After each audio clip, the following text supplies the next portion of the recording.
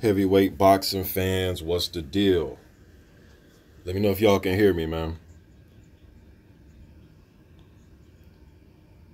Okay, I see a few people already. Damn, it's already up in here. St. Cruising was good. Kiwi Box, Blood Boxing, Jeffrey Gordon. What's up, everybody? What's good? Man, I didn't watch that fight about at least about a good 6, 7 times already, man.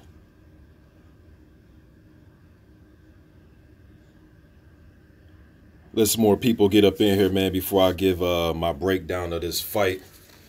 Um, Before I give my breakdown of the fight, man, I was just scrolling on social media and I was looking at what some of the other heavyweights have to say about the fight. Not so much the fans. I know if you like Wilder, you like the performance. I know what most people will say. If you don't like Wilder, I know there's going to be some type of critiques and shit like that going on. So I was like, man, let me see what some of these fighters have to say. And I heard what Tyson Fury had to say. He believes he can knock Deontay Wilder out after watching his performance. I actually took a screenshot of a couple fighters, man.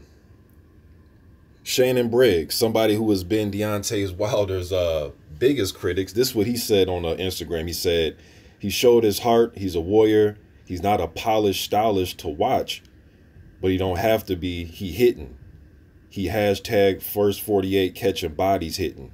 He just got to win, and he's winning by brutal knockouts. He's the champ. Hashtag let's go champ at Browns Bomber. Hashtag Alabama. Hashtag Joe Louis. So one of his biggest critics, gave him some props. Everybody's not feeling that way, though. I seen what Jarrell Miller had to say about him. But the thing about Miller is nothing he says about Wilder will ever surprise me.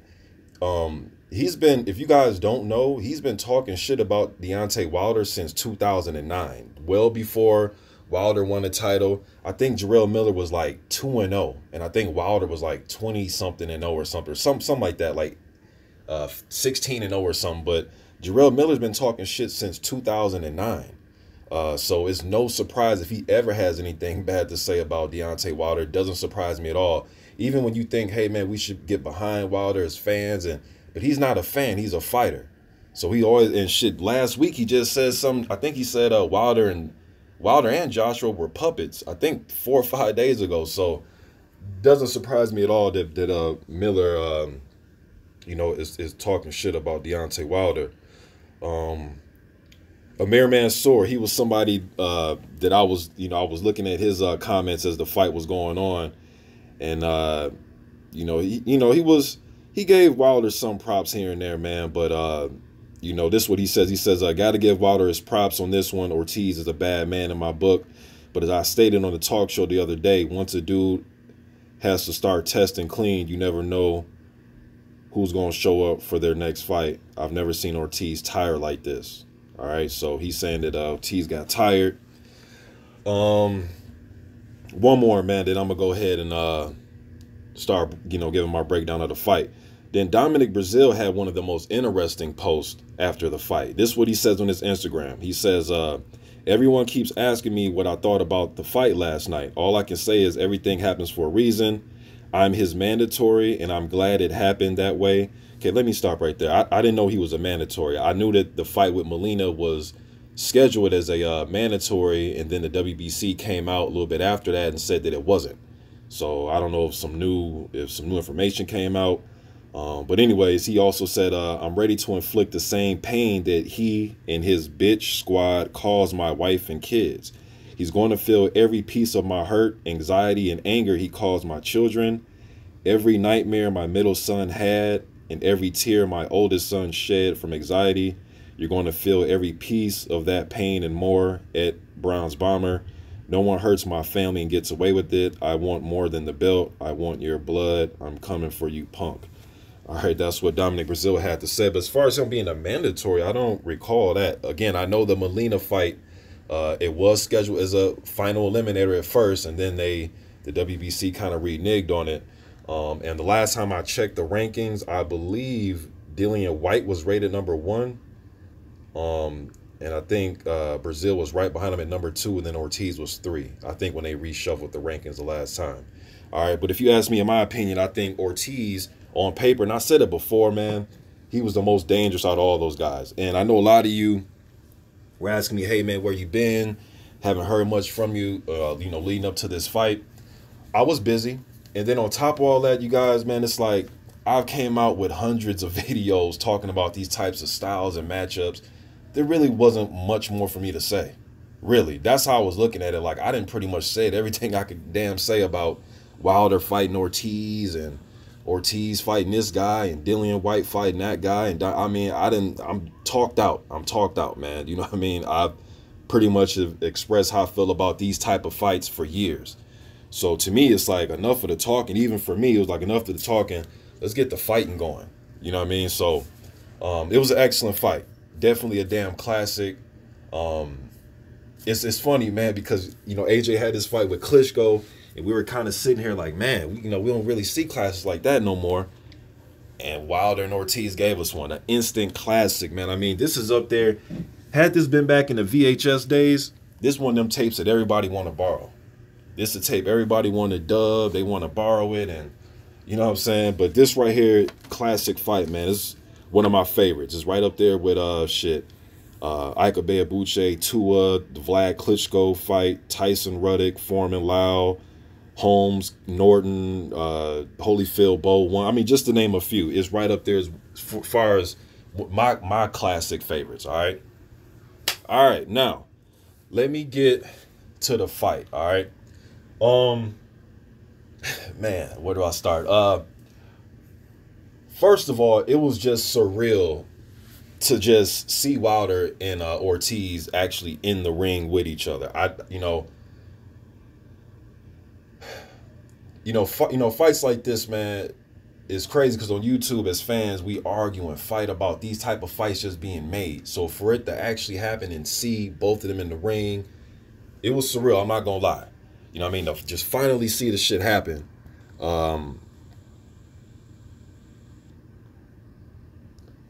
It was great. All right. So they both came out. I see Wilder was doing the Black Panther, scheme and everything. I like the trunks. I like even Ortiz and his colorways with his gloves and his trunk. It was just exciting to see this shit, man. You know what I'm saying? But one thing that I noticed about this is Luis Ortiz 84-inch reach. Now, Showtime was saying it was 78 inches. So this whole time we've been kind of fooled by this whole 84-inch reach thing. But it was actually, they're saying it's 78. All right. Now his 6'3", I know they list him as 6'4", but I knew he was a little bit shorter than that when he was standing next to Malik Scott. I know Malik Scott, they list him as 6'4", but it's not like Ortiz is some small dude. I mean, 78 inches is still a pretty damn good reach. And being 6'3", 6'3.5", I mean, shit, the 240 pounds is real, and his skill and his ability is real, and his grit and determination was real. You know what I mean? And a lot of people saying that he's out of shape and he's fat for this fight. I was seeing comments. It's like, dude, he was 239 for the Jennings fight, and some people feel as if that's his best performance. Ortiz never had a six-pack. Even when he had blonde hair. Some of y'all probably don't remember when he was fighting with blonde hair. He never had a six-pack. He's just one of them dudes that have like a flat type of stomach. He may have two little muscles, the two ab muscles up top right below the chest. He might have those. That's about it. But I can tell he's in shape by looking at his shoulders. His shoulders are real muscular. You can tell by his arms that, the dude was ready to go. He was in shape. He was running around the track doing a lot of stuff. The dude was ready to go. He was in shape for this fight. Now, if you want to say he's older than 38, he's 47. He's the baddest, one of the baddest 47, 50-year-olds that I know of. You know what I'm saying? So, round one, all right. Wilder, to me, does not get enough credit for his defense. Although I thought Ortiz won round one, I thought Wilder was doing a good job of getting away, using his legs. His defense isn't a stand in one spot, slip, roll. I mean, that's not how he's going to do his thing. His thing is he's literally moving out the way with his legs, sliding back, pulling back. The shit works for him. You know what I'm saying? Just like I was telling my wife who's watching the fight together, I said, look, babe, look. If I were to send our sons to go learn boxing from Wilder or Ortiz, I would send them to Ortiz for fundamental skill and ability. I would send them to him. But like, you know, man, look, I done seen dudes that had way more skill level than other dudes going there and get their ass whooped. Donald Curry had more skills than Hunnigan, in my opinion, right? You know what I'm saying? We can go on and on with this, man. Skill doesn't always win you the fight. Now, one thing about Wilder is he has mastered his own style. It's his style. He's mastered it. You know what I'm saying? So there's a lot of heavyweights that have fought with their hands down. Larry Holmes, one of my favorites, he's fought with his hands down a lot in his career, man. You know, but round one, they both came out. Ortiz was the aggressor. He landed some occasional left hands. Wasn't really much going on. Both guys were showing each other respect. They were kind of posturing and feinting with each other. One thing that I did notice is both guys trying to establish position with their lead foot. You know, when the orthodox fighters fight a southpaw, they're usually stepping on each other's front foot. I've seen a lot of that going on. You know, so wasn't really much going on, but I thought Wilder was just showing defense, just getting away, just moving back from punches. Really wasn't doing much. I think he was trying to fill Ortiz out, and Ortiz was doing the same, but I thought he was a little bit more aggressive, all right? So I gave round one to Luis Ortiz. Round two, they both came out, met in the middle of the ring. They both of these dudes during the fight had that, like, it's my ring type of attitude. I mean, you had two alphas in there, man. You could just tell by the posturing and just their facial expressions, and they were trying to one-up each other with everything that they were doing. They were doing a lot of, as I call it, hand fighting with their jab hands. You know, kind of, you can tell they're kind of hand fighting and trying to get positions with the hands. And I thought that will play into Ortiz's favor, especially when you're trying to just stand there and posture and pot shot and land one shot at a time. I thought that type of shit favors Ortiz. He has really good reflexes, really good. He's good at slipping and, you know, just slipping and getting out of the way of punches. Not necessarily moving his whole body, but just little slips and feints and pot shots.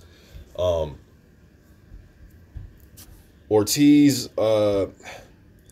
he stumbled in the second round after throwing the lead left. So he goes down.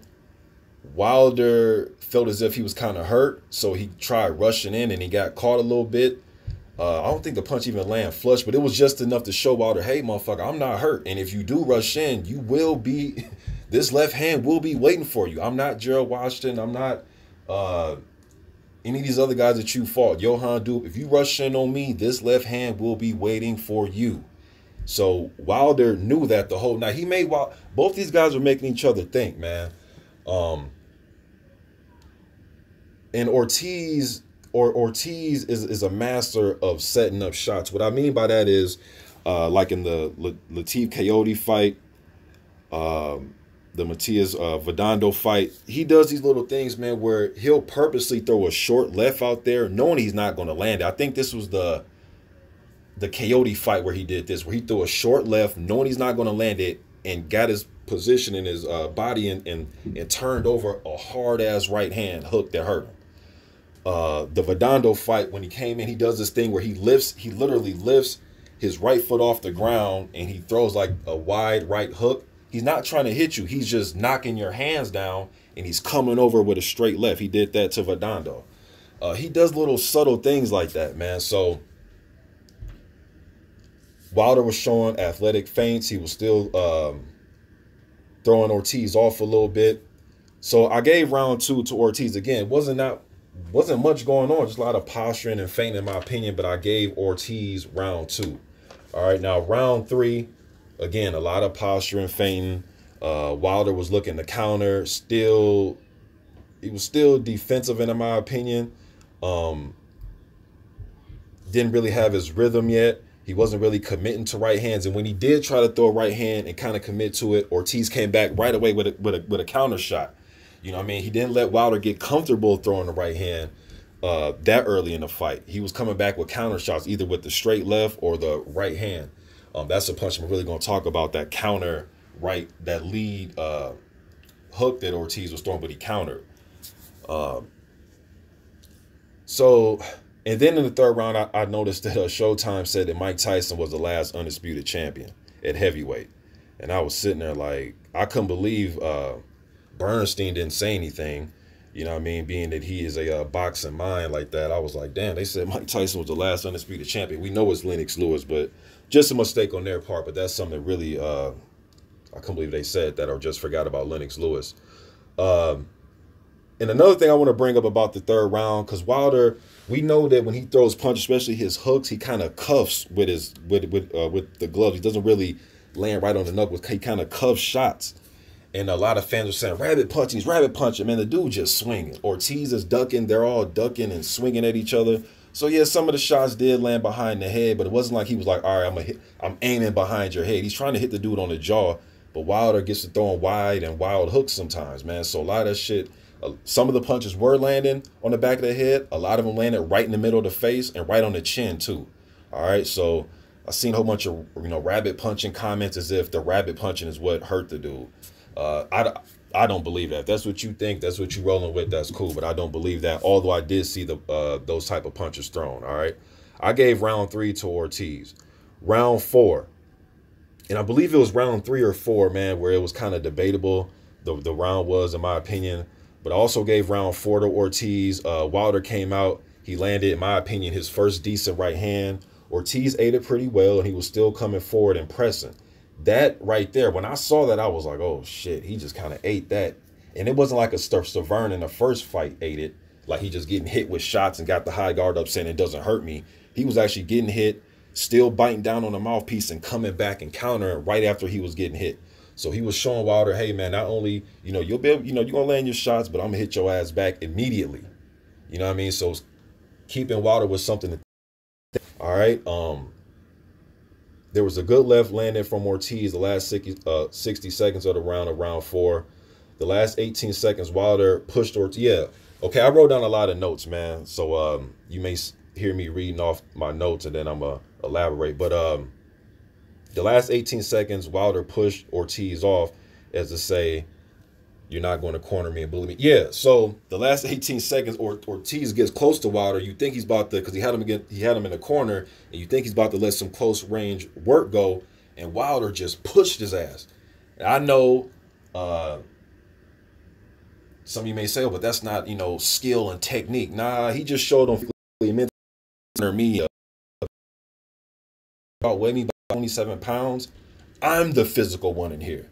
You know what I'm saying? And that's something that I think people overlook. They kept talking about, oh, he's only, how much did Wilder weigh? 214 pounds or some shit like that. So, but when those guys got in there and they were pushing each other around, and it looked like Wilder was the more physical of the two.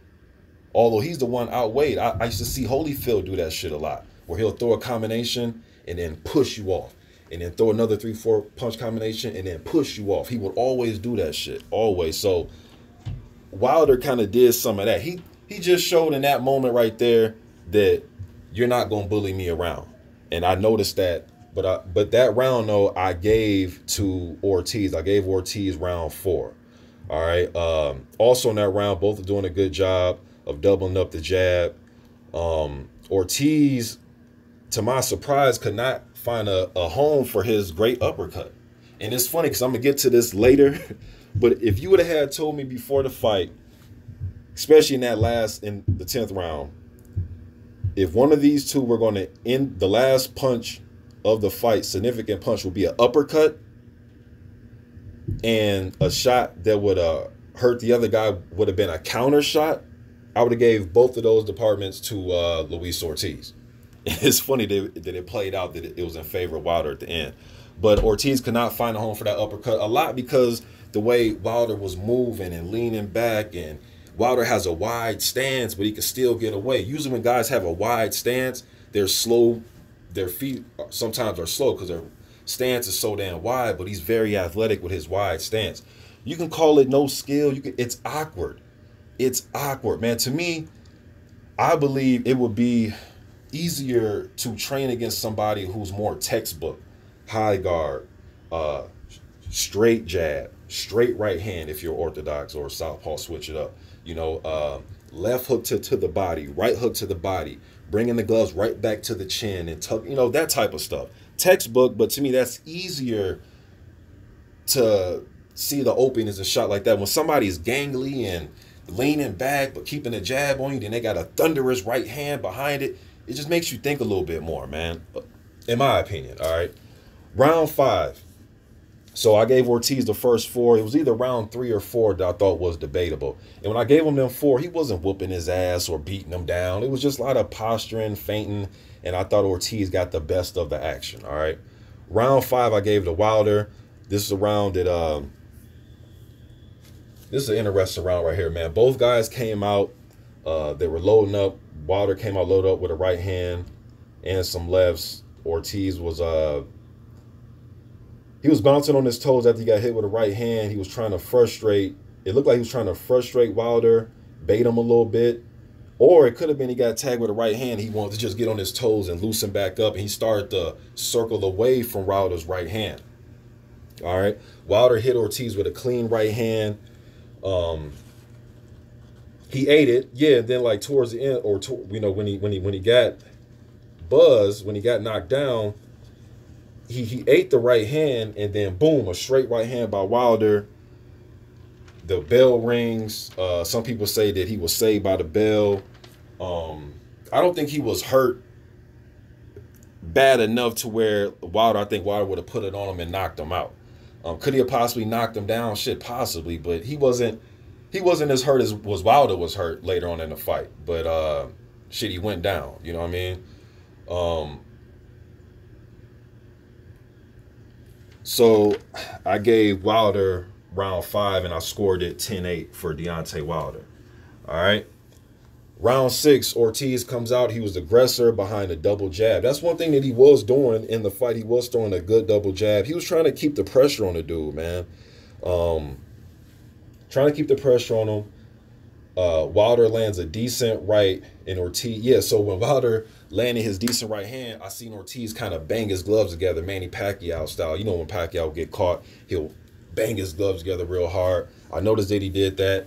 Then Ortiz went to kind of a intelligent, as I call it, intelligent high guard. He just didn't put the high guard up to try to just block punches. He put the high guard up to catch and counter Wilder. And then Wilder was measuring Ortiz with right hands. He rocked Ortiz. It was a Wilder round, man. So I gave round 6 to Wilder. But one constant thing in this fight is when Wilder did land shots, Ortiz will fire back immediately. And I can tell that's one thing that they did work on, okay? Wilder threw a rare nice left hook to the body. I thought he could have went to the body more, and I thought Ortiz, although he did go to the body, when he did go to the body, he was landing. I couldn't understand why he didn't go to the body more. But when you have somebody that's an accurate puncher like that, sometimes they can get it involved in head hunting because he knows that he's so accurate with his counter punching. He was head hunting a lot, but I thought when he was going to Wilder's body, he was taking a lot out of him. You know what I mean?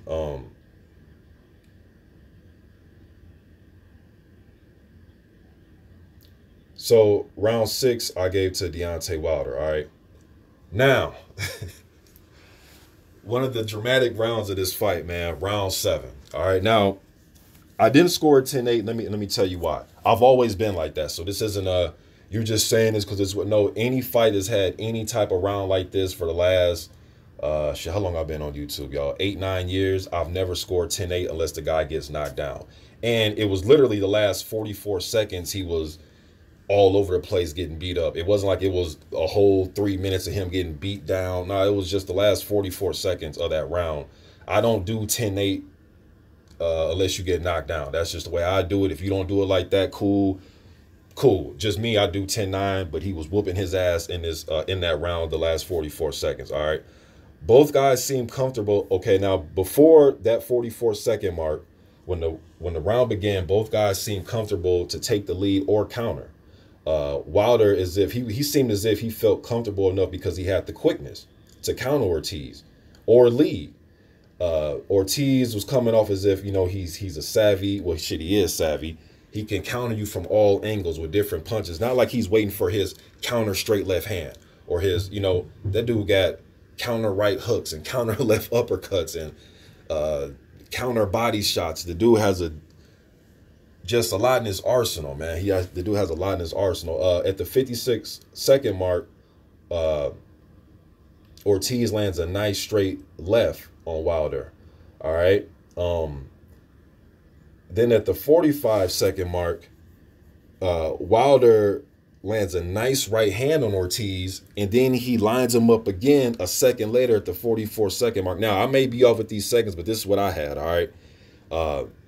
He lands the right hand, and then literally as he's landing the right hand, boom, here comes the damn counter right by Ortiz, and all hell broke loose after that.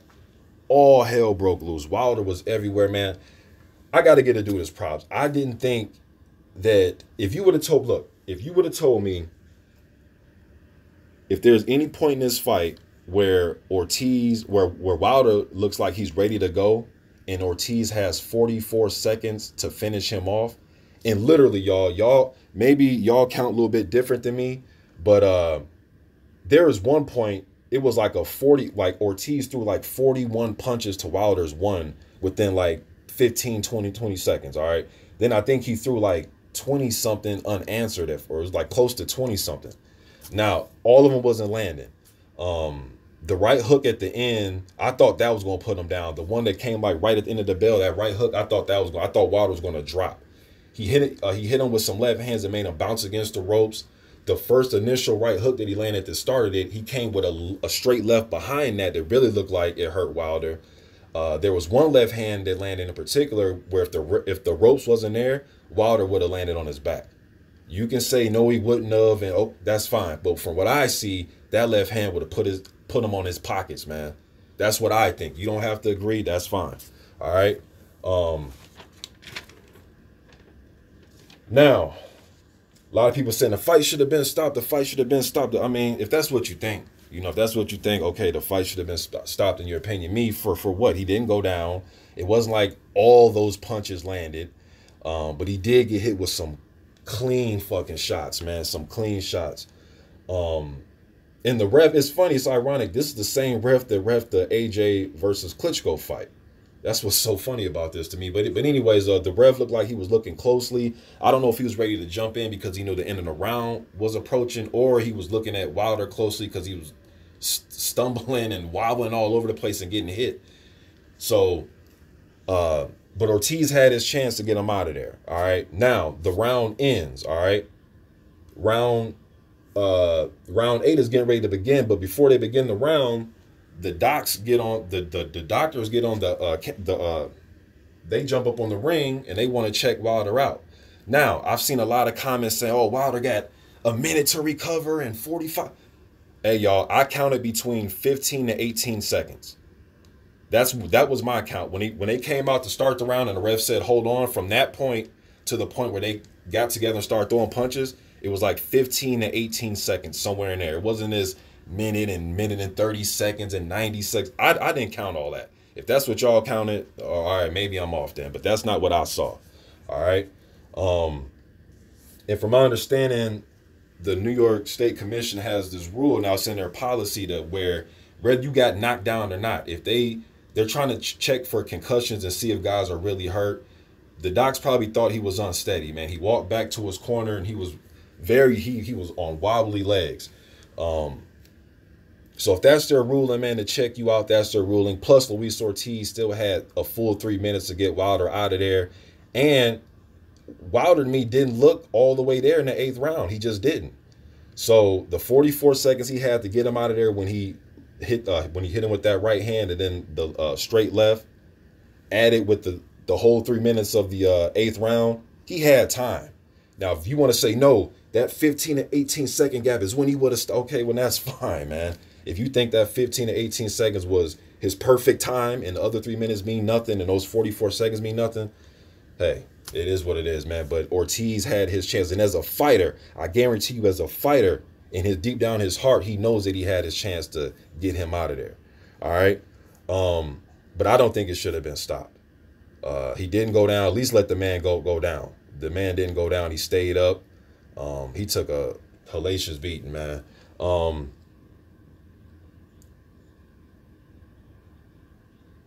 But Wilder was definitely unsteady. One thing about Wilder's corner, man, that I was surprised when he got back to the corner, did y'all notice? It wasn't a lot of scrambling around. It wasn't a lot of shouting and yelling and throwing a gallon of water on him. It was calm as hell in his corner. I couldn't believe how calm it was. I was sitting there like, damn. I think Breland asked him, "You all right?" That's all he asked him is, "You all right?" That was it. And I think he asked him that probably about 15 seconds after he sat down. It was just very calm in his corner, man. So shout out to them, man. Shout out to them in that corner, because I done seen some wild ass corners, man. One wild corner that comes to mind, I know it's a different weight class, different fighter, but Zab Judah in his corners, man. Like with his pops. I know having your pops in your corner sometimes can be different, but it would just be like a mad scramble over there, man, in their corner. But just to see Wilder and Breland and Jay Diaz, and I forgot the other brother's name he had in his corner that was putting the grease on his face, they handle that well, man. They handle that well. You know, it's kind of like, hey, man, nothing really needs to be said. Don't get caught with that shit. You know what I mean? Don't get beat up. You know what I mean? Wasn't really much to say. You know what I'm saying? So I definitely gave Luis Ortiz that round 7, man. Definitely gave him that round. Hands down. It's the most trouble I've seen Wilder in. I know Molina caught him with a good shot. I know he's had some flash knockdowns early in his career. Wilder did, but I haven't seen him that hurt, man, since I seen footage of him in the amateurs when he got hurt by that what's the dude's name? Romanov? I forgot the dude's first name when he had his amateur fight, man. So round 8, all right. Wilder still doesn't look fully recovered, but doing a great job of surviving. Ortiz looks a bit gassed, needed body work. The body shots he did throw, he landed. Wilder, although visibly tired, he is still a dangerous threat. And that's what I thought Ortiz was noticing too. That's why it looked like he was trying to pinpoint one good shot upstairs. I thought he should have went to the body more. In the 7th, when he had Wilder hurt, he landed some good body work when Wilder was against the ropes. Then he kind of went away from it and started headhunting again. But Ortiz isn't stupid. You know, saying you don't fight that many amateur fights. I don't give a damn what a fan says. He has no skill. Oh, he's still a threat. Look, us as fans, we can talk shit all we want. But fighters, when they get in there, they know, hey, this motherfucker's dangerous, man. I just can't do anything I want. I got to respect him somehow. You know what I'm saying? So if you want to say he got tired, it looked like he gassed a bit, but he got gassed from looked like he was headhunting. He should have just went to the body. The body was there to be hit. If there's any part on Wilder that I think can be hit, more than that is his body. That's pretty much what a lot of big heavyweights. The body. He does a good job of moving his head, and even when he's leaning back, the ribs are still there. He can lean back all now. You gotta be aware of that motherfucking right hand, but the body's still there. You know, so I thought he should have went to the body, but I gave Ortiz that round. Looked like Wilder was just trying to survive, get his energy back, and he did. He did. All right, so I gave Ortiz that round.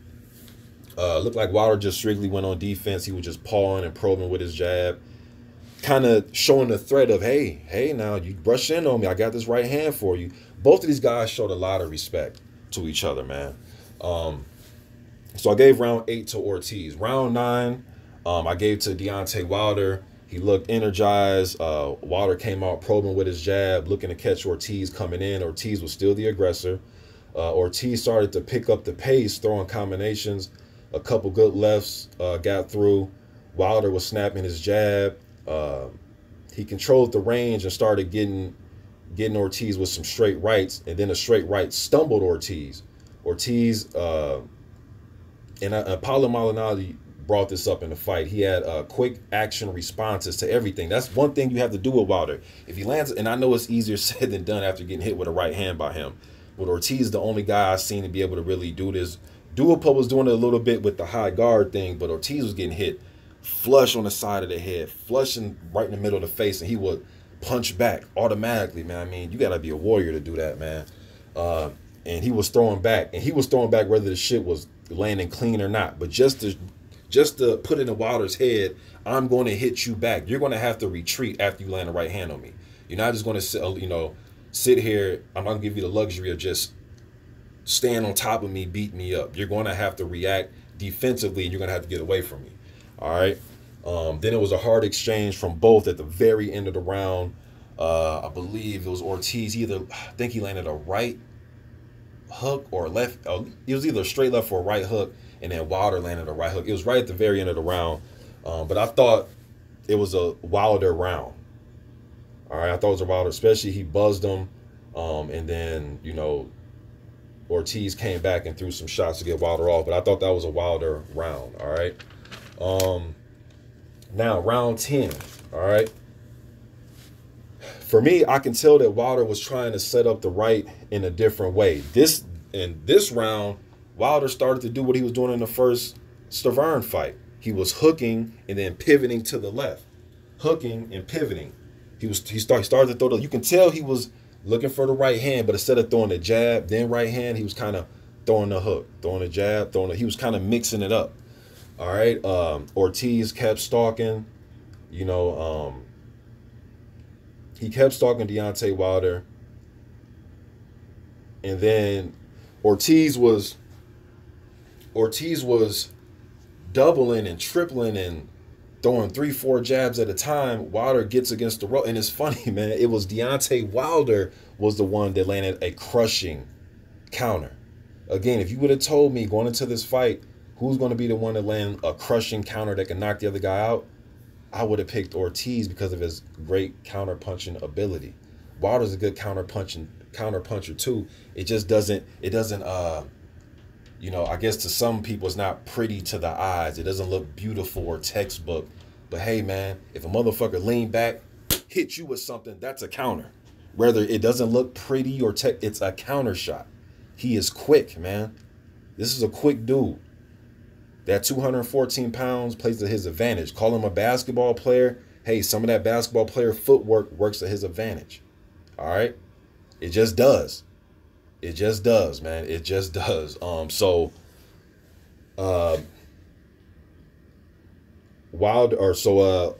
throws the triple double jabs. Looked like he was throwing a left hand. He missed.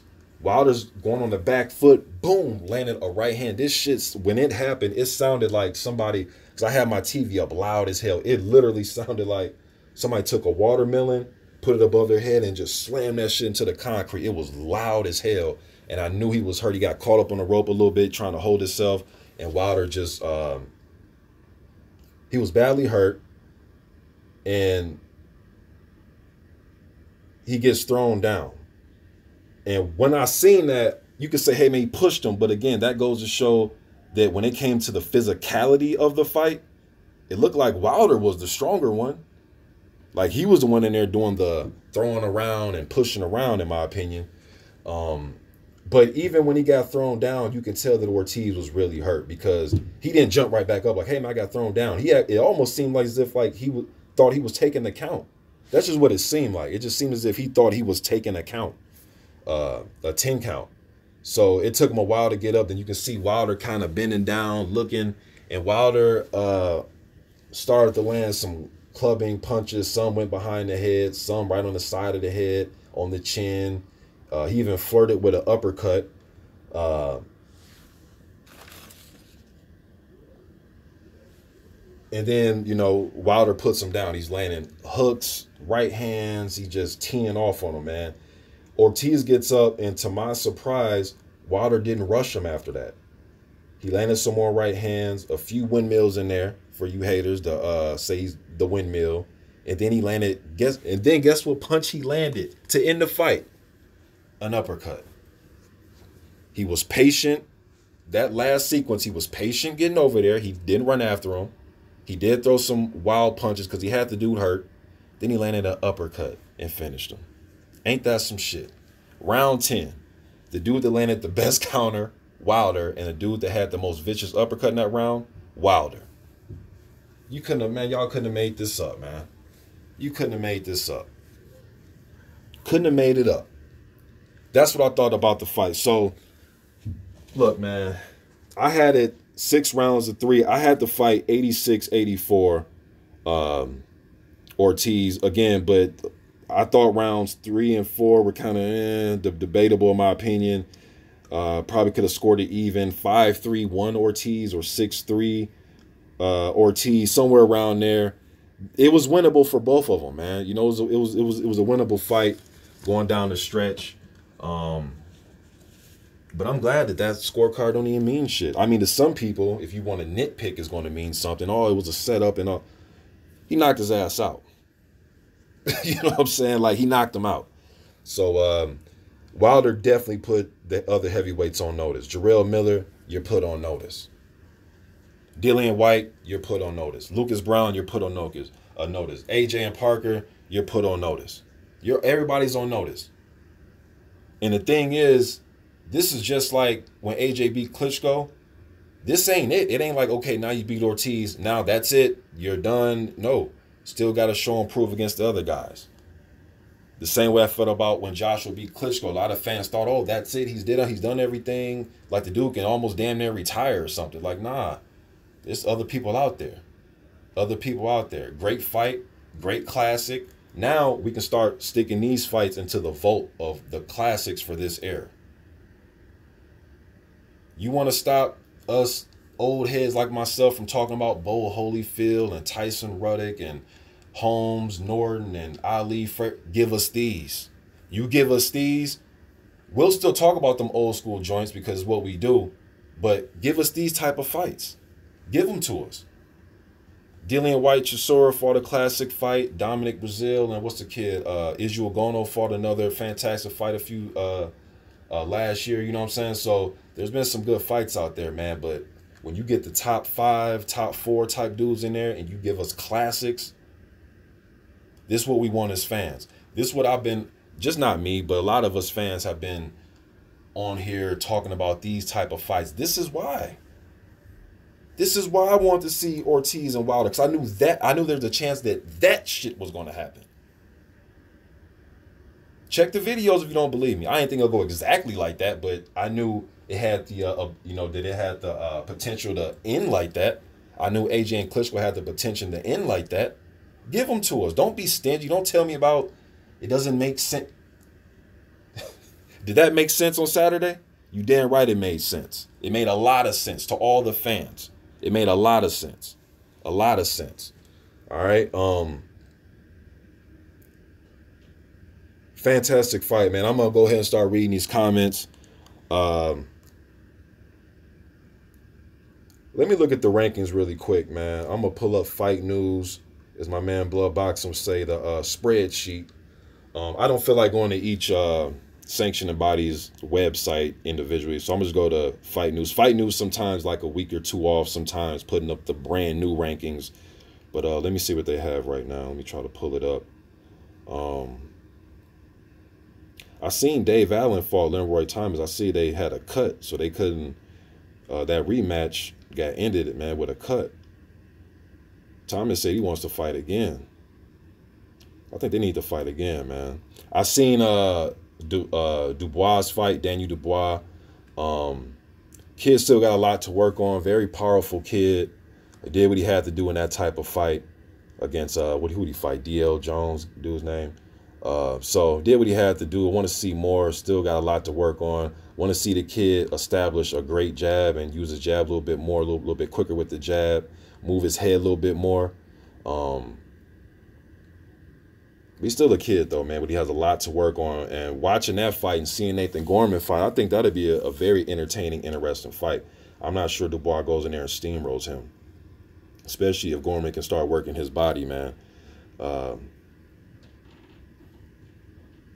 me try to pull up those rankings really quick.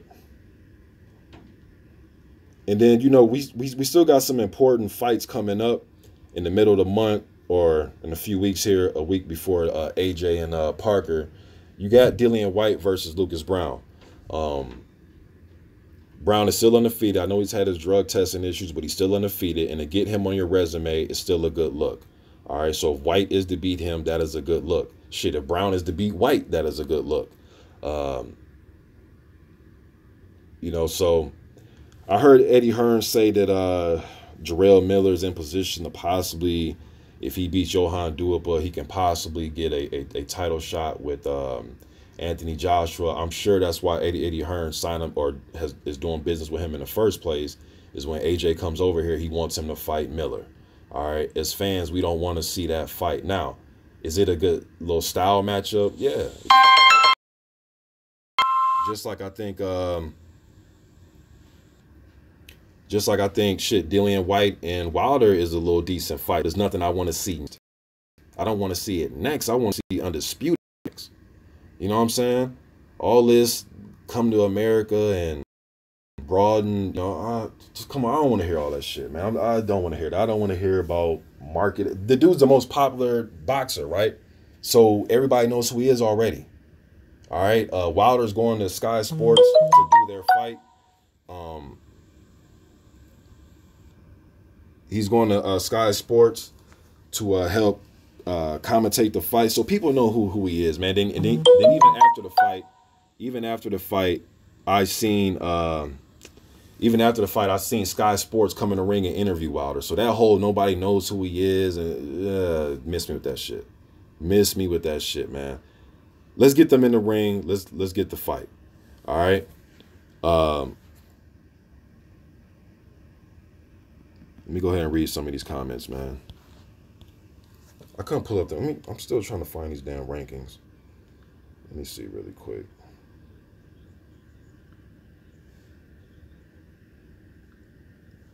All right, yeah, so WBC, yeah, they have Dillian White #1, Brazil 2, 3 Ortiz, 4 Povetkin. Yo, Povetkin is creeping up all these rankings, and I remember I made a video about this saying, hey, man, don't be surprised if you see this dude is #1 in these sanctioning bodies. And right now he's #4 by the WBC, #1 by the WBA, #5 by the IBF, and he's #1 by the WBO. So I'm not surprised by that at all. Not surprised by that at all. Looking at these rankings, yeah, a lot of these guys need to fight each other. That's why, you know, I don't make as much videos or as many videos as I used to, because it's just I mean, how many more times do I have to say I want to see Brazil versus White? Or, you know what I mean, Andrew Ruiz Jr. versus Adam Konowski. Just make the fights. Give me something to talk about. You know what I mean? Give me something to talk about. And I'm seeing more channels now coming out with heavyweight content, so that's cool. Talking about some of the prospects that I've, you know, already covered and talked about. So it's cool to see some other channels, you know, start to go down that road. But for me as an uploader, I mean, sometimes I get bored on here because it's like, how many videos I got to keep making about the same topics, the same shit, the same matchups I want to see. How I don't care about the business to the point where I think it should stop fights, and it just gets kind of tiresome, in my opinion. All right, but no knock to people who talk about it all the time. But to me, it's just shit. How many more times I got to keep saying it?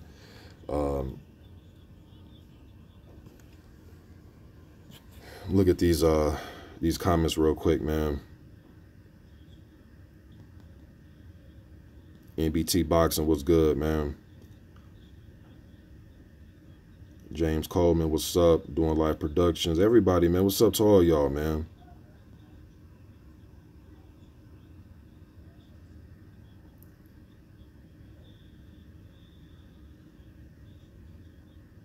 Let me see.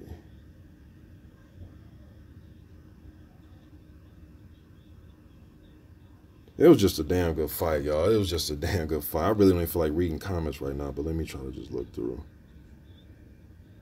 913 Boxer says, George Foreman wasn't the most skilled guy in the 70s, but his resume is one of the best. You have power, then have a great power. Wilder has that Foreman power. Man, Wilder got I think Big George has more power in both hands. I think he's both hands carry extreme power, but Wilder's right hand, man, has to, I mean, shit, man, you can't keep denying the dude, man, as far as his power goes. The dude has great power, man. That right hand is tremendous. I mean, the dude literally hurts everybody he fights with it.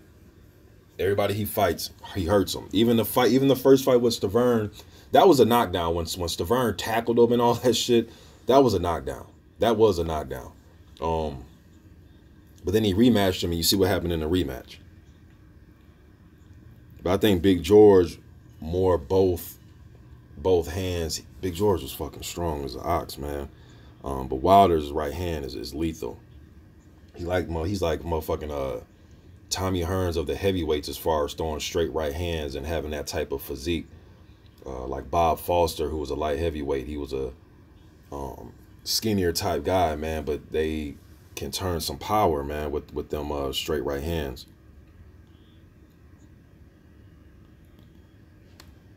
Pop Player says Wilder was sick that fight. I heard though. Yeah, I heard something about him being sick. I heard something about that.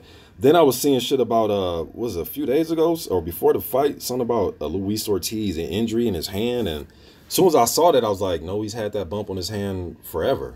I was just like, that's not true. You know what I'm saying? Like, but I guess, man, I guess.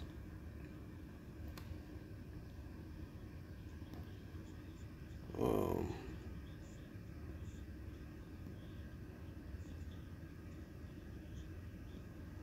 I see y'all talking with each other on here. P Money was good, man. He says, good to see you back. I know you love that fight. Hell yeah, I did, man. Shit, I watched that, man, just like when AJ and Klitschko was over with.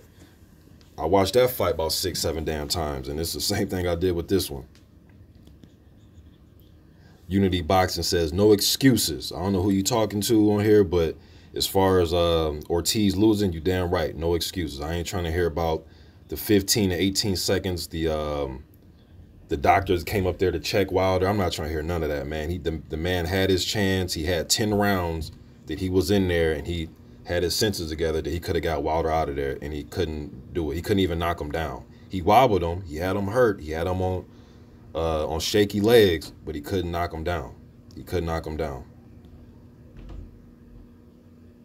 Blood Boxing says the footwork helped him get out of harm's way. If you're talking about Wilder, yes, it did.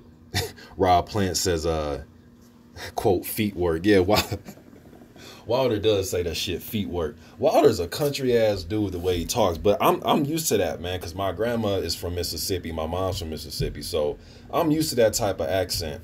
And then my father's mother, she from Baton Rouge, so I'm used to that. So when I see people like some of the UK fans, they try to make fun of the way he talks and all that type of shit.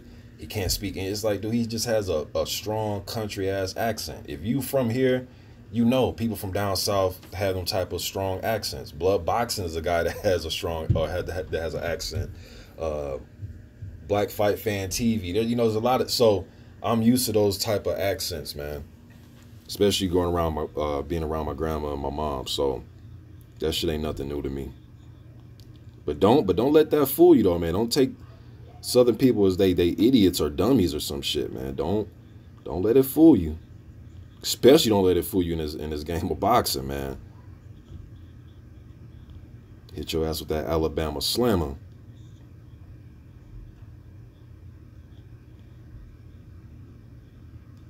JD says, who do you think hits harder, Ortiz or Klitschko? Well, I haven't had the I don't know if I wouldn't even call it honor, but I ain't been hit by either one of them. So I don't know. Being that fucking Vladimir Klitschko has knocked out over 50 people lets me know he can hit extremely fucking hard.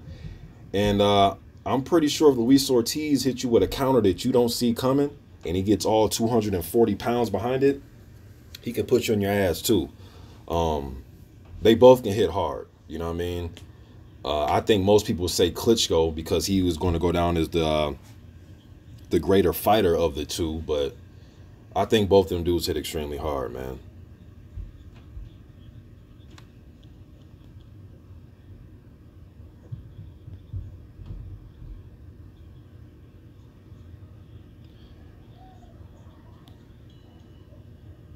Hop says, I actually think that Joshua Ortiz would be downright compelling. Your thoughts? I think it'd be a good fight because Joshua, we know he's textbook, right? He has, a lot of people say he has better skills than Wilder because it's just textbook. Doesn't necessarily mean it's better or worse. It's just to the eye, it looks like, hey, that guy's skill set is better. He's more textbook. So I think Ortiz, that would be a style for him that I think will be easier to deal with. I'm not saying he can beat AJ, but I think it'd be easier for him to deal with. He could get caught with something, but I think that type of style is easier to deal with because you know where his hands are going to be. You know where his gloves are going to be. You know what I mean? You know where his how his footwork is going to be. It's just easier to plan. Doesn't mean you can beat the guy, but just easier to plan against that than it is like a Tyson Fury, Deontay Wilder. They're just tall and gangly and they're moving every. It's just hard to plan for that shit, man. It's just hard.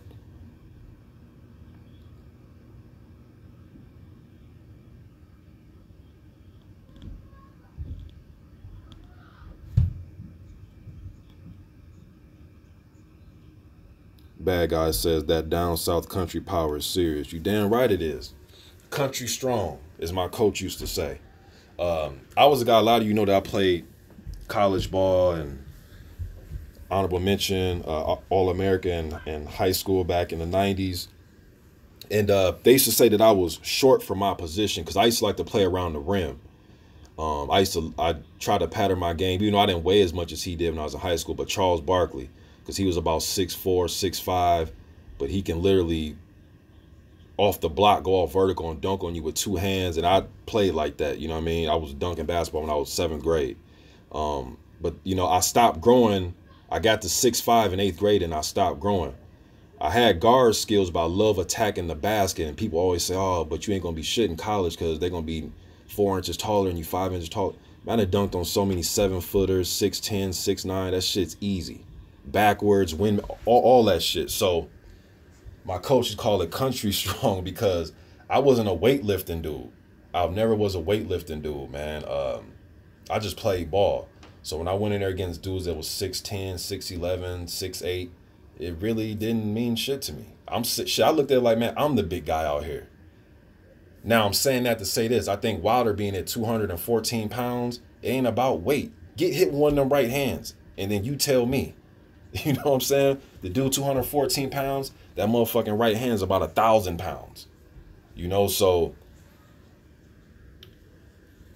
weight really don't mean nothing, man. It just really doesn't mean anything unless you're implying it. You know, unless you can apply that type of pressure like that. You know, like the way Jarrell Miller tries to press you and put his weight on you and try to have a high volume, like shit like that. But then Miller's a guy that's right in line to get clipped with right hands. You know what I mean? So outweighing Wilder doesn't really mean anything to me. It doesn't really mean anything. For non-international, what's good, man? What's good? What's good? Doing live production says you had a game on the court. Hell yeah, I did. I actually put up a few videos, man, talking about some basketball stuff. I know a lot of you guys probably seen those videos, man. I had one video where I was showing all my, I got a storage with all my college recruiting letters and medals and all types of shit that I've earned over the years playing ball. I had shit like a 20-gallon bucket full of college recruiting letters, man. Like I got a grip of that shit still saved. So yeah, I used to do my thing back in the day, way back in the day. But anyways, it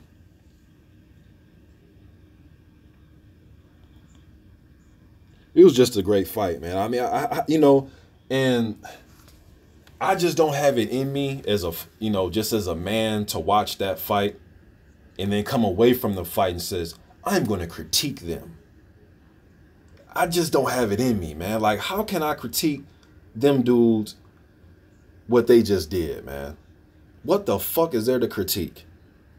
They went in there and laid it all on the line. It wasn't no bullshit stoppage. He was on his knees, done, over with. He put up no fight with the ref counting him out. Done, finito, done, finished. Back and forth, tooth and nail. I mean, what is it a critique?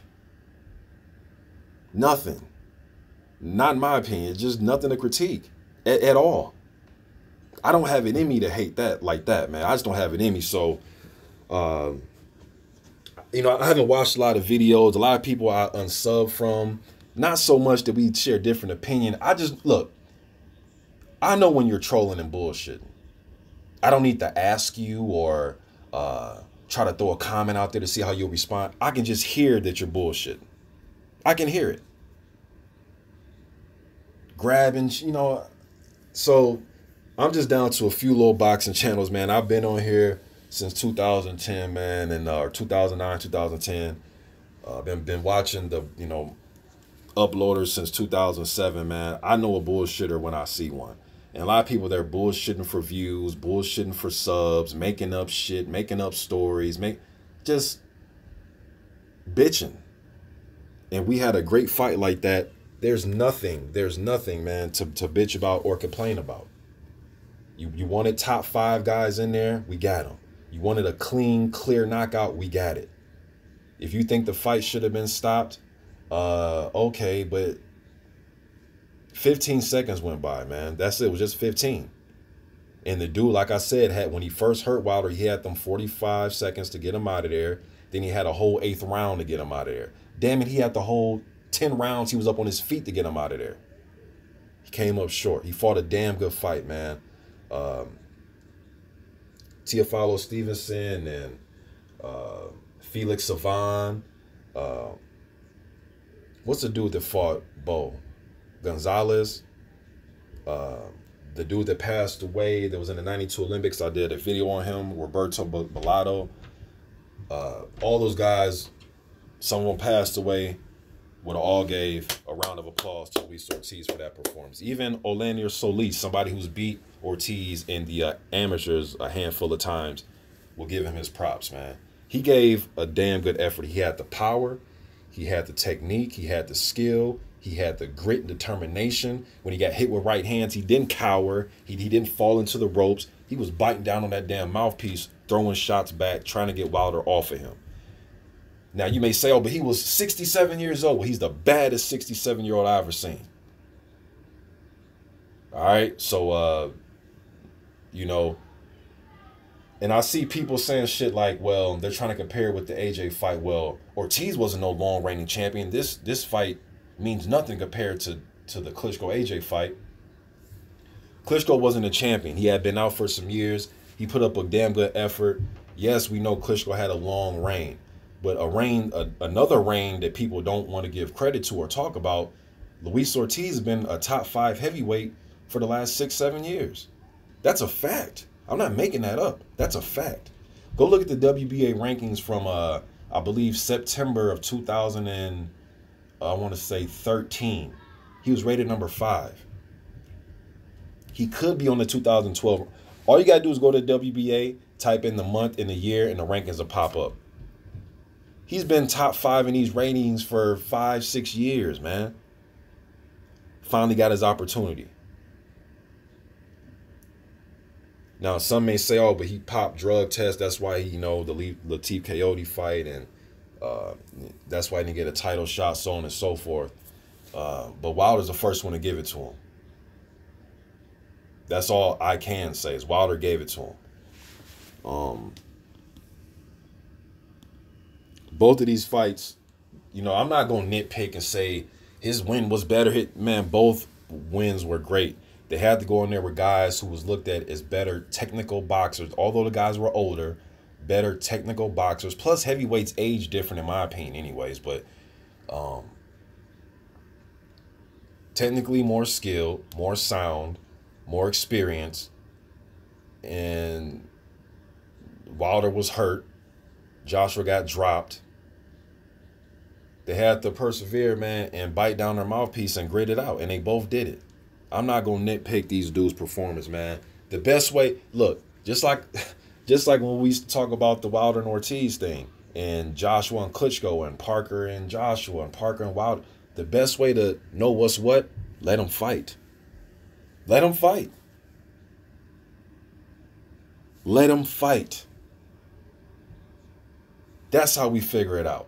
I've seen some people saying, who's the number one, who's the best heavyweight? I don't know. And then I've seen people say the winner out of Parker and Joshua is the best heavyweight. No, the winner out of Parker and Joshua is the best between those two.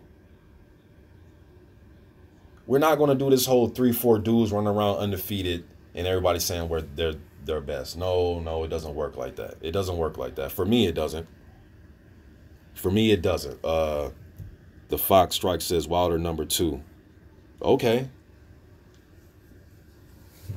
If you want to give AJ the advantage and say, okay, now if we're throwing together a rankings, and I've done this before, if you're throwing together a rankings and say, hey, rate the guys. Joshua and Parker winner, as far as a rankings, it's like college football here in the States or college basketball. They come out with the AP rankings and ESPN and coaches rankings. Okay, but I'm waiting for March Madness for the tournament to start. Then we'll really see who's the best. That's how I feel about this boxing. So I will give the #1 rating because they're going to have 3 fucking straps between AJ and Parker, but I don't think they're the best. I don't know who the best is because you got fucking Deontay Wilder here. All that bum squad and shit, that's like that shit right there is on such deaf ears, it's not even funny. Now it's just like, okay, like I can't even entertain the comments no more about that. So for those of you who's gonna leave a comment when I put this up, cool. You can say bum squad and that was funny. I mean, you can whatever, man. He just stretched this dude out. Was that funny when he stretched him out?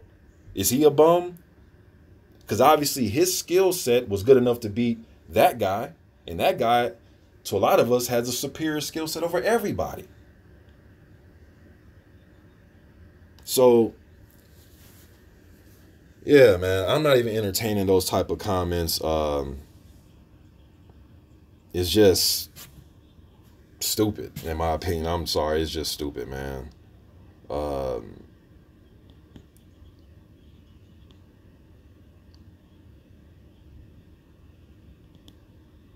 Body snatcher. Oh, what's up, Vance Camper? Hooper in the house. He says, and who would be quicker to fight Wilder if they won, AJ or Parker? I'm not sure if you're talking to me or if you're talking to somebody in the comments, but I'm going to say this. From what I'm hearing, man, if AJ loses, there's a rematch. Right now, I don't want no rematches, though. You know what I'm saying? Let these guys settle this as far as the undisputed thing. Then let's let the contenders and rematches and all that type of shit. I ain't really looking for no immediate rematch. I know a lot of people saying they want to see Wilder and Ortiz again. Would I like to see that again? Yeah, I would like to, but that's not what I want. I want him to move on to fight the winner out of AJ and Parker. I don't think there's no in-between fights that need to happen, making it build, getting it bigger. I mean, hey, how much bigger can we make Anthony Joshua? He's the most popular guy in the world, right? He has 9 trillion followers on social media. 300,000 people show up at the fights. I know it's I'm over exaggerating, but you guys know what I'm saying, though. You can't get more popular, right? Wilder, in my opinion, is as popular as he's going to get until, he can beat AJ, who's more popular. Get him in the ring now. I don't really want to see rematches right now. You know what I'm saying? I just don't want to see it right now. To me, there's other compelling matchups that guys like Ortiz can be in after this fight with Wilder. Shit, a Charles Martin fight, a Dominic Brazil fight, a Dillian White fight, a Lucas Brown fight. Just there's other fights out there. Let's get this undisputed thing established first. I know Povetkin is fighting on the undercard of AJ and of the AJ Parker. He's fighting Price. If he wins, I see he's highly rated by all these sanctioning bodies, but it's like, dude, I don't want to see him. I don't want to see Povetkin fight for no title right now. Set a fucking price. How about you fight Brazil or somebody like that? You know what I'm saying? That's just not what I want to see. So I want to see the winner take on Deontay Wilder.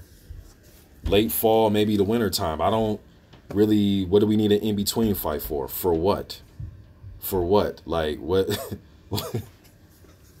What is the in-between fight about?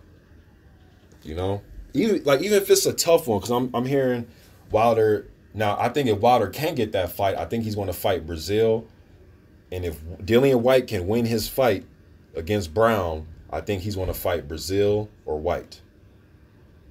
And I think if AJ is to beat Parker, I think he'll fight Jarrell Miller. Now, if Parker's to beat AJ, I think Parker's going to have to rematch AJ again. So, and nothing against Jarrell Miller as far as this goes, but I damn near want Johan Dupa just to beat him, so he's just a race from the candidates, man, because I want to see undisputed. But I think Miller's going to beat Dupa, but I'm kind of fucking around saying it, but I don't want to see that. I'd rather see Jarrell Miller fight Lucas Brown or Dillian White, the winner out of that. Something like that. I really want to see just Miller versus White. This is a fight I really want to see. You know what I mean? Then you got Dominic Brazil still out there. And I don't think Brazil's deserving of a title shot after beating Eric Molina. I don't even know how the fuck that was a title eliminator to begin with. Let alone now he gets just a shot at a title. Yes, you did beat Israel Gono and you beat Eric Molina. Okay. I don't see how the Molina fight was a title eliminator. All right, but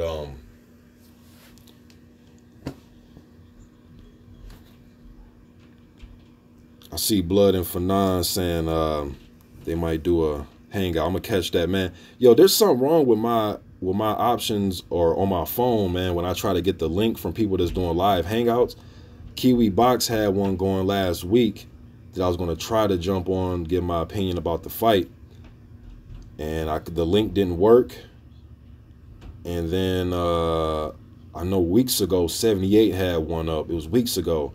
I was trying to get on one and the link didn't work. So I don't know what's wrong with my phone. But I'd love to get on with y'all, man, as far as the Google Hangout joint. But my phone is not letting me. I don't know. My phone's not letting me get on the lives. Mr. Boxing All Day, what's good, man? He says people confuse popularity with who's the best heavyweight champion is. Shaking my head.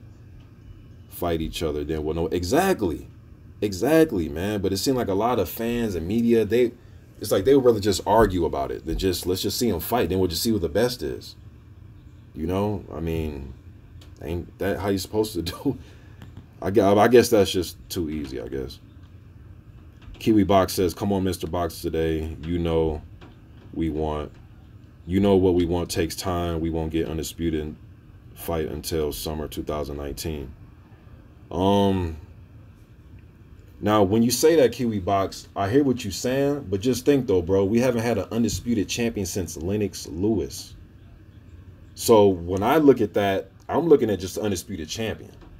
I mean, we ain't had one since Lennox. I mean, we need another 10 more years, 10 more years for this to happen. I mean, I know you just said summer 2019 and things take time. I understand that, but I'm looking at it from just a historical standpoint. Like, damn, bro. I mean, Lennox the last one. How many more motherfucking years we need? That's how I'm looking at it from a historical standpoint, man. And I think these fights can be made. If the fighters want these fights, they can be made. If I don't know, that's a different video, man. That's a different video.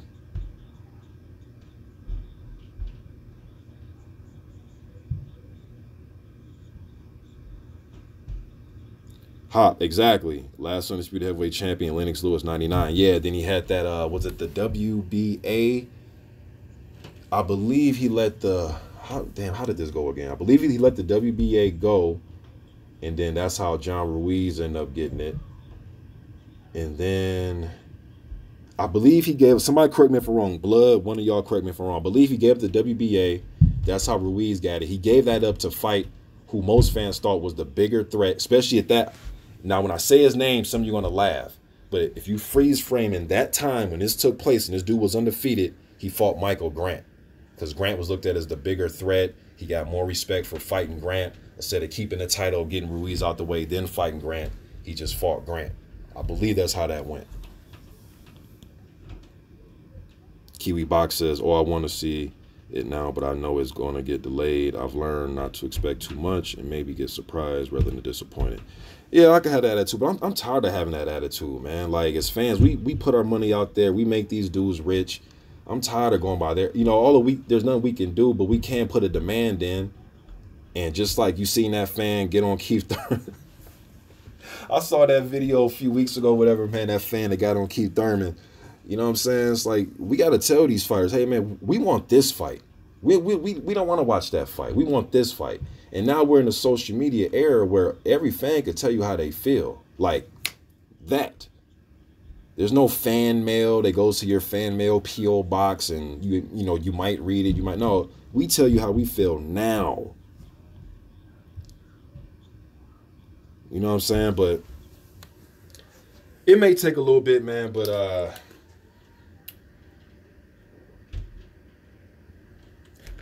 I'm such a fan of the division, man. It's not like Brazil versus Wilder is a bad fight. It's not like the winner of let's say AJ were to beat Parker, it's not like him and Povetkin's a bad fight. It's just not what a lot of us want to see. Not like a lot, it's not one that a lot of us want to see. Right now, we don't.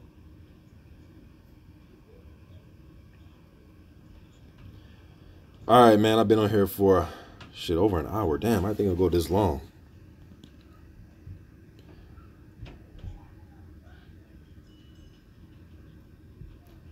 Tavares Dot says, I'm with Ticket TV. If Anthony Joshua goes to Brooklyn and it's not against Wilder, I'm not supporting it.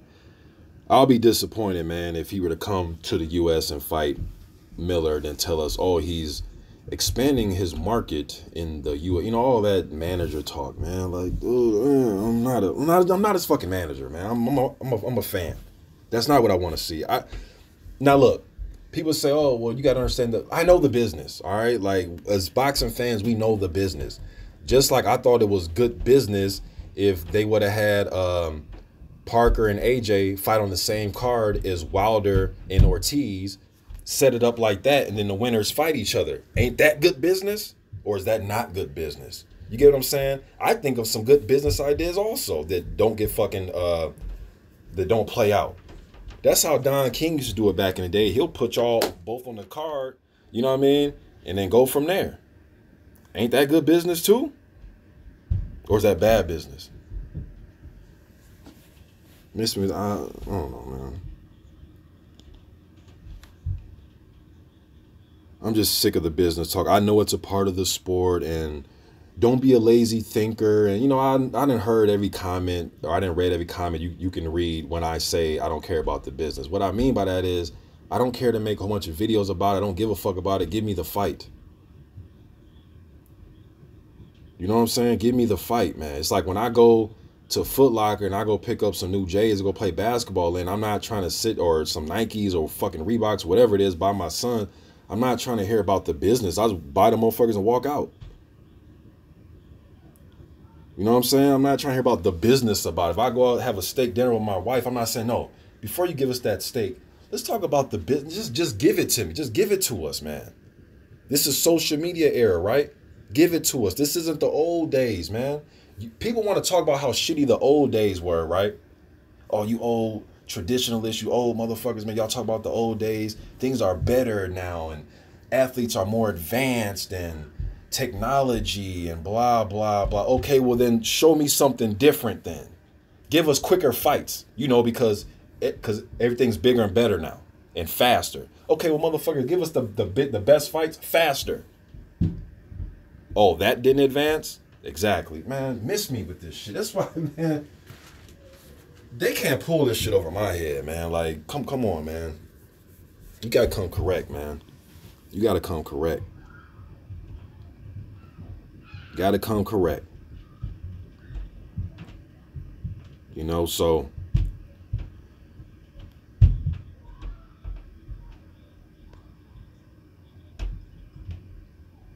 that's just how I feel about it, man. I know a lot of people don't want to hear that. And no, it's a business. It's a business, Mr. Boxing. It's a business, and you have to understand TV networks and purse splits and who's the A side and who's the B side, blah, blah, blah. Don't care. Don't give a fuck. You know why I don't care? Because then when we get what we want, we have a night like we had the other night. A great fight. Just give us the great fights. They take care of the business. The managers and accountants and all, let them take care of the business. The fighters should just demand fights. And not give us some shit. Well, I could fight him down the road sometimes. Nah, man. Be up front. I want this dude. He think he the best. He got a strap. I want him. Not if it makes sense, and talk to my team. And once I hear that, it's just a disconnect. Now, I know in the 90s and 80s, some guys would talk like that. So I'm not saying this is brand new, but if I was a grown-ass man back in the 80s, I would have had the same train of thought, all right? So it is what it is. Fanon International says, I will pay you 50 bones to get you on the channel. You ain't got to pay me, man. You ain't gotta pay. If y'all go live tonight, man, send me the link and I'll try to get on, man. It's just would love to get on with you and Blood, talking this boxing talk, man. So I don't know what the hell is wrong with my phone, man. Maybe if I try from another phone, but going on Google Hangout just does not work for me. But you could have been joking around, but nah, bro, you ain't gotta do that. But I'm gonna end this. Mr. Box and all that says blah blah blah, fuck business. You're right. As far as from a fan's point of view. Now, again, of course the fighters care about the business and they want to be taken care of on that end. You know what I'm saying? Of course they want to be taken care of on that end. But as a fan, I don't get why the fuck a fan would care. And I know some fans say, well, because I just want to be up to date with what's going on, and sometimes business can cause fights not to happen. And what? Okay, like what is, you didn't know that? Like, what does that mean? I just don't get why we go all in on he should accept it. Like, I can't tell another grown man what he's worth. That's something it's hard for me to break down. Like, how can I sit here and break down your worth? I have a hard enough time with a motherfucker telling me my worth. And this is one of the reasons why I went into business for myself, or when I did, you know, when I do have jobs, I negotiate. I don't just go in there and, you know, especially because when I apply for a job, it'll be like for like the management shit. So, and I'm not, you know, knocking nobody, but I'm just saying it'd be like for a higher position, and we have to negotiate my shit, man. I'm not just about to give what you, and I'm not about to just take what you give me. Some people say it's being stubborn, and well, hey, it's worked for me in my for real life, not this boxing YouTube life. I'm talking about my for real life. So it's hard for me to tell somebody what they're worth. Now I might give my opinion, say, hey man, based on what he's made and other fighters and what they've taken and fighters that were probably more established or wasn't as established as him, this is what I think could happen. But I'm not about to go all in on it like that. I'm getting a little bit repetitive now, man. I appreciate y'all joining this chat. Fanon says, go on the laptop, your phone been breaking up. Damn.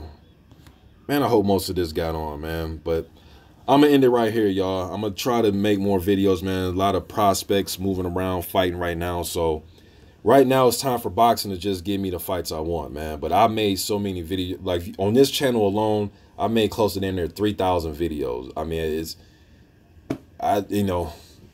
I've talked about Parker and Joshua so many times. I'll try to do another vid before that pop up. I'll do one after the fight. But you know what I'm saying? Like what more else can I really say about some of these fights and fighters at heavyweight, man? I pretty much said as much as I can say over the last 8 years about these dudes. Trey Lippy Morrison, I see somebody talking about Tommy Morrison. Trey Lippy Morrison will be back in action on the 9th. Cassius Chaney, another prospect that I've covered, he's going to be back in action. Yeah, man, so I'll talk about some prospects here and there, but some of these prospects got to step up. I don't want to cover every single fight they've had against journeymen on their way up. Now, if something surprising happens, they get knocked down in a fight or struggle through a fight, something like that. But I gotta get entertained. I just don't feel like really making video about every fucking thing. But all right, y'all, I'm gone.